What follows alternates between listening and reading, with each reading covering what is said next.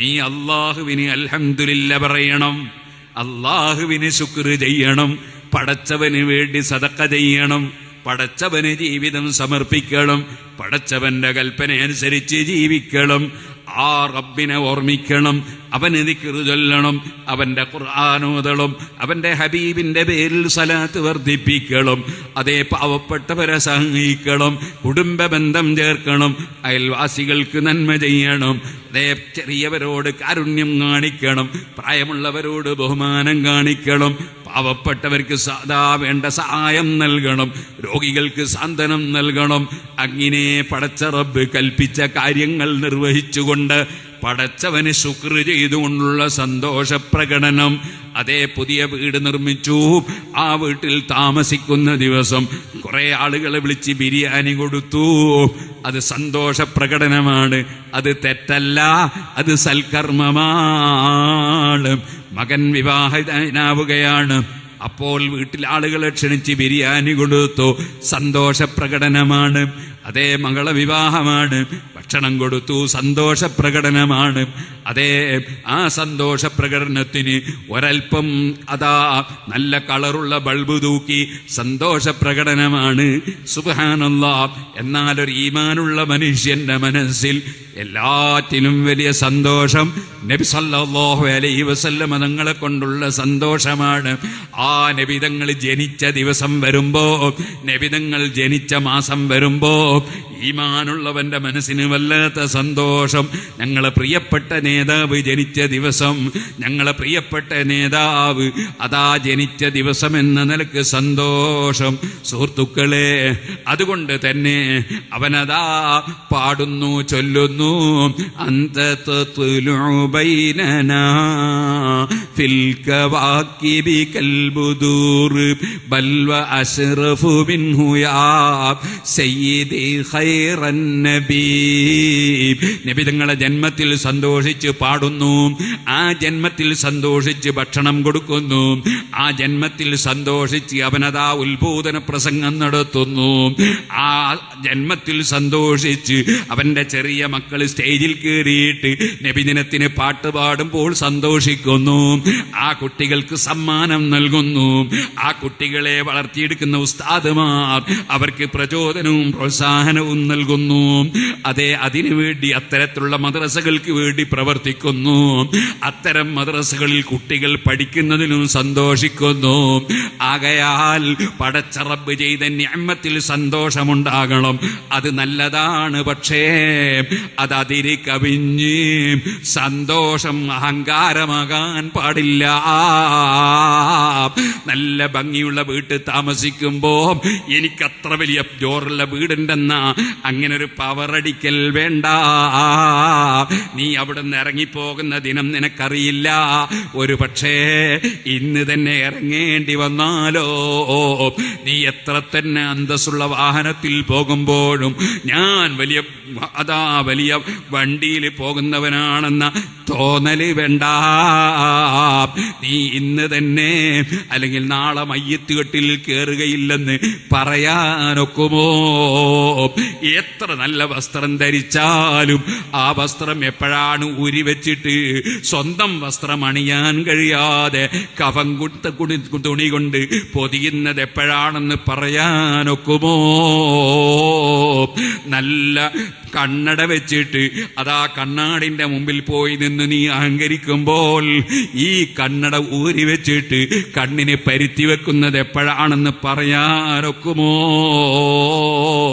സുഹൃത്തുക്കളെ, എന്ത് നിയമത്ത് റബ്ബ് തന്നാലും അഹങ്കരിച്ചുകൂടാ.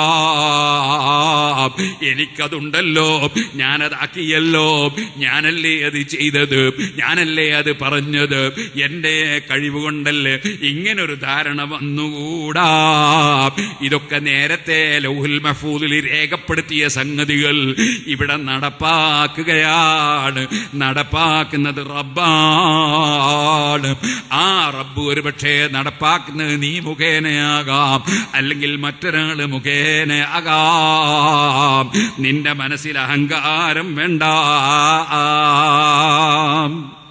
സുബ്ഹാനല്ലാഹ്. പടച്ച റബ്ബേ, വിനയത്തിന്റെ മനസ്സ് തന്ന് ഞങ്ങളെ നീ രക്ഷപ്പെടുത്തണം. അല്ലാഹ്, കുറ്റ്യാടിയിൽ വന്ന് ഓല ഷെഡ് കെട്ടുന്ന സമയത്ത് ഞങ്ങൾക്കൊന്നുമില്ലായിരുന്നു, ഒരു വഴി പോലുമില്ലായിരുന്നു സിറാജുൽ ഹുദക്ക്. പിന്നീട് നീ ഒരുപാട് നിഅമത്തുകൾ ചൊരിച്ചു തന്ന റബ്ബാണ്. അതിനുവേണ്ടി അധ്വാനിച്ച പലരും ഇന്ന് ഖബറിലാണ്. അവർക്കെല്ലാം സ്വർഗം കൊടുക്കണം അല്ലാ. സഹായിച്ച പലരും ഖബറിലാണ്, അവർക്ക് സ്വർഗം കൊടുക്കണം അല്ലാ. ഈ ബിൽഡിങ്ങിനെ സഹായിച്ച ആള് ഖബറിലാണ്, ആ ബിൽഡിങ്ങിനെ സഹായിച്ച ആള് ഖബറിലാണ്. അതുപോലെ പലതിലും സഹായിച്ച പലരും ഖബറിലാണ്. സ്വർഗം കൊടുക്കണം അല്ലാ. ഇതൊരു ദീനീ സ്ഥാപനമല്ലേ? അതുകൊണ്ട് വിൽക്കുമ്പോൾ കൃത്യമായി പണം വാങ്ങിയിട്ടാണെങ്കിലും ദീനീ സ്ഥാപനത്തിന് കൊടുക്കുന്നു എന്ന നിലക്ക് സന്തോഷം പ്രകടിപ്പിച്ച് വിറ്റ ഒരുപാട് ജനങ്ങൾ ഇവിടെയുണ്ട്. ഇവിടെ നമ്മുടെ തൊട്ടടുത്ത പക്കർക്കനെ എനിക്ക് ഓർമ്മയുണ്ട്, മൊയ്തുക്കനെ എനിക്ക് ഓർമ്മയുണ്ട്, പള്ളി നിൽക്കുന്ന സ്ഥലം തന്ന അക്കരെയുള്ള കുഞ്ഞമ്മദാജിയെ ഓർമ്മയുണ്ട്. അങ്ങനെ പലരെയും ഓർമ്മയുണ്ട്. പള്ളിക്ക് സ്ഥലം തന്നതിന്റെ പേരിൽ കുഞ്ഞമ്മദാജിയോട് പോയിട്ട് നിങ്ങൾ കൊടുത്തത് സുന്നിപ്പള്ളിക്കല്ലേ എന്ന് ചോദ്യം ചെയ്തപ്പോ കുഞ്ഞമ്മദാജി പറഞ്ഞ മറുപടിയും എനിക്ക് ഓർമ്മയുണ്ട്. കൊടുത്തത് കള്ള് ഷാപ്പിനല്ലല്ലോ, സിനിമ ടക്കീസിനല്ലല്ലോ, പള്ളിക്കല്ലേ എന്ന് കുഞ്ഞമ്മദാജി ചോദിച്ചതും എനിക്ക് ഓർമ്മയുണ്ട്. ഞാൻ പറഞ്ഞു വരുന്നത് അങ്ങനെ ഒരുപാട് ആളുകളുടെ സഹകരണത്തോടെ റബ്ബ് സുബ്ഹാനഹു വ തആല സിറാജുൽ ഹുദക്ക് ഒരുപാട് അനുഗ്രഹം ചെയ്തു. അതാരുടെയും പവറല്ല കേട്ടോ, ഒരുത്തന്റെയും ശക്തിയല്ല കേട്ടോ. അതല്ല, എന്നെയും നിങ്ങളെയും പടച്ച റബ്ബ് നമ്മൾ ജനിക്കുന്നതിന്റെ എത്രയോ കാലങ്ങൾക്ക് മുമ്പ് അവന്റെ ലൗഹുൽ മഹ്ഫൂദിൽ രേഖപ്പെടുത്തിയ കാര്യങ്ങൾ നടപ്പാക്കുകയാണ്. ഒരാൾക്കും അഹങ്കാരത്തിന് അവകാശമില്ല. എല്ലാം റബ്ബിന്റെ തീരുമാനം, അവൻ നടപ്പാക്കുകയാണ്.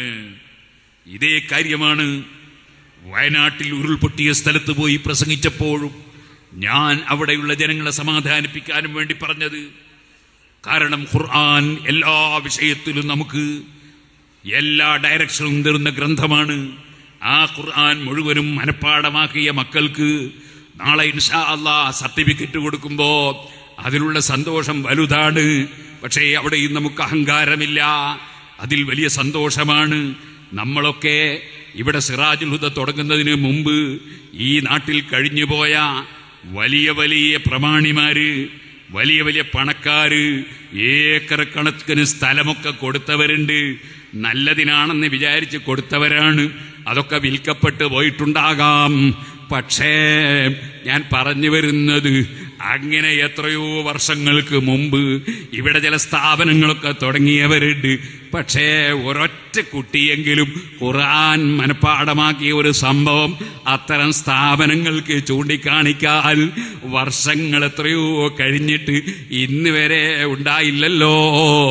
റബ്ബിന്റെ തൗഫീഖിനാൽ എത്ര കുട്ടികൾ നേരത്തെ ഹിഫ്ളാക്കി പോയി. ഇന്ന് UAE പോയാൽ എത്ര കുട്ടികളാണ് സിറാജുൽ ഹുദയിൽ ഖുർആൻ മനഃപ്പാഠമാക്കിയ മക്കൾ അവിടെ ഔഖാഫിന്റെ കീഴിൽ ഇമാമത്ത് നിന്ന് നിസ്കരിക്കുന്നു. ഇപ്പോഴും നൂറുകണക്കിന് കുട്ടികൾ ഖുർആൻ മനഃപ്പാഠമാക്കിക്കൊണ്ടിരിക്കുന്നു. റബ്ബ് ചെയ്ത നിഅമത്താണ്. പക്ഷേ അഹങ്കാരത്തിന് അവകാശമില്ല. റബ്ബ് പറഞ്ഞത് അതാണ്, ലികൈലാ തസൗ അലാ മാ ഫാതകും വലാ തഫറഹു ബിമാ അതാകും വല്ലാഹു ലാ യുഹിബ്ബു കുല്ല മുഖ്താലിൻ ഫഖൂർ. സ്റ്റാറ്റസ് നടിക്കുന്നവർ, അഹങ്കാരം പ്രകടിപ്പിക്കുന്നവർ, അവരെ അല്ലാഹു ഇഷ്ടപ്പെടൂല. ഒന്നിന്റെ പേരിലും അഹങ്കരിച്ചുകൂടാ, മറിച്ച് വിനയാന്വിതരായി ജീവിക്കണം. ആരോഗ്യത്തിന്റെ പേരിലോ പണത്തിന്റെ പേരിലോ അധികാരത്തിന്റെ പേരിലോ ഒന്നിന്റെ പേരിലും അഹങ്കരിച്ചുകൂടാ. സുബ്ഹാനല്ലാഹ്. അഹങ്കാരത്തിന്റെ ഭാഷ ഉപയോഗിക്കുന്നവരില്ലേ? ആലിമീങ്ങളെ നിസ്സാരപ്പെടുത്തി സംസാരിക്കുന്നവരില്ലേ? ആലിമീങ്ങളെ ഏത്തയിടിപ്പിക്കണമെന്ന് വിചാരിക്കുന്നവരില്ലേ? മതത്തിന്റെ നിയമം പറഞ്ഞാൽ അഹങ്കാരമാണ്. അഹങ്കാരം, ആ അഹങ്കാരം ഒരു മുസ്ലിമിനും ഉണ്ടാകാൻ പാടില്ല. ഇതേപോലെ അഹങ്കാര ശൈലിയും ഉണ്ടാകാൻ പാടില്ല.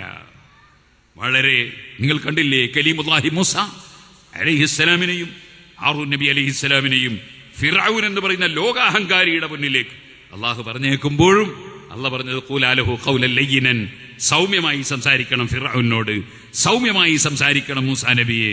ഫിർഔൻ എത്ര മോശക്കാരനാണെന്ന് അള്ളാഹുവിന് അറിയില്ലേ?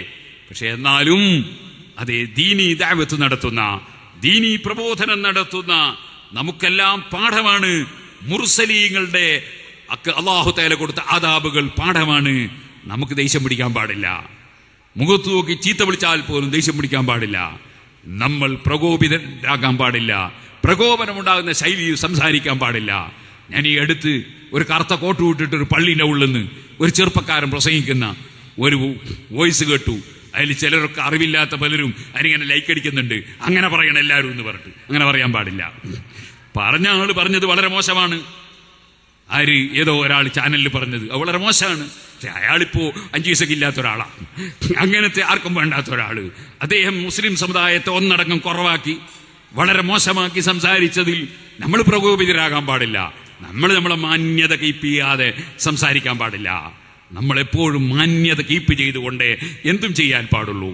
നമുക്ക് ഇസ്ലാമിൻ്റെതായ സംസ്കാരമുണ്ട്. ആ സംസ്കാരം നിലനിർത്തിയിട്ട് എന്തും ചെയ്യാൻ പാടുള്ളൂ. അല്ലെങ്കിൽ നമുക്ക് നാവുമ്മൽ പറയാൻ കഴിയാത്തത് കൊണ്ടൊന്നുമല്ല. പലർക്കും അവർ പറയുന്നതിൻ്റെ 10 ഇരട്ടി വെയിറ്റ് ഉള്ളത് പറയാനൊക്കെ നമുക്കും കഴിയും. പക്ഷെ നമ്മളങ്ങനെ പറയൂല. പറയലല്ല നമ്മുടെ ലക്ഷ്യം. എല്ലാവരും നന്നാകലാണ് ലക്ഷ്യം. എല്ലാവരും രക്ഷപ്പെടലാണ് ലക്ഷ്യം. ആരും കുഴിയിൽ പോയി ചാടലല്ല നമ്മുടെ ലക്ഷ്യം.